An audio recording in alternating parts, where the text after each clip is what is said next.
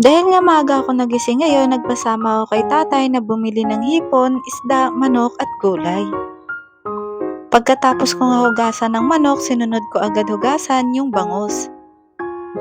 Muntikan ko pa naman matanggal yung mga taba niya dyan, isa pa naman yan sa nagpapasarap sa kanya.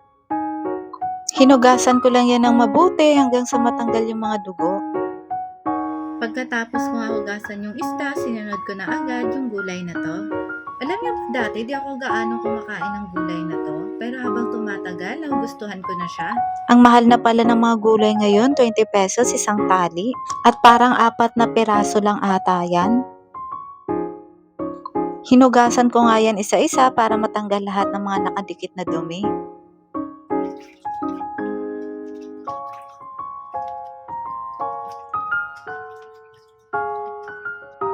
Ayan, pagkatapos kong hugasan yung gulay, sinunod ko naman agad yung hipon.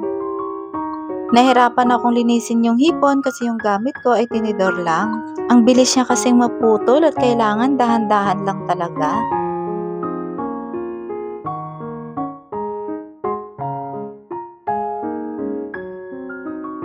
Bukas pa namin uulamin yung hipon kaya nang natapos ko ng linisin, nilagay ko na muna sa ref.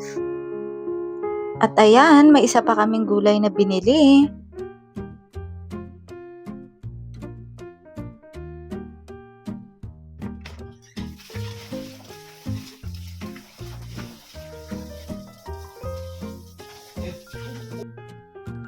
Binili namin yung gulay na to para may pangsahog kami sa pansit kaya itatabi ko na muna.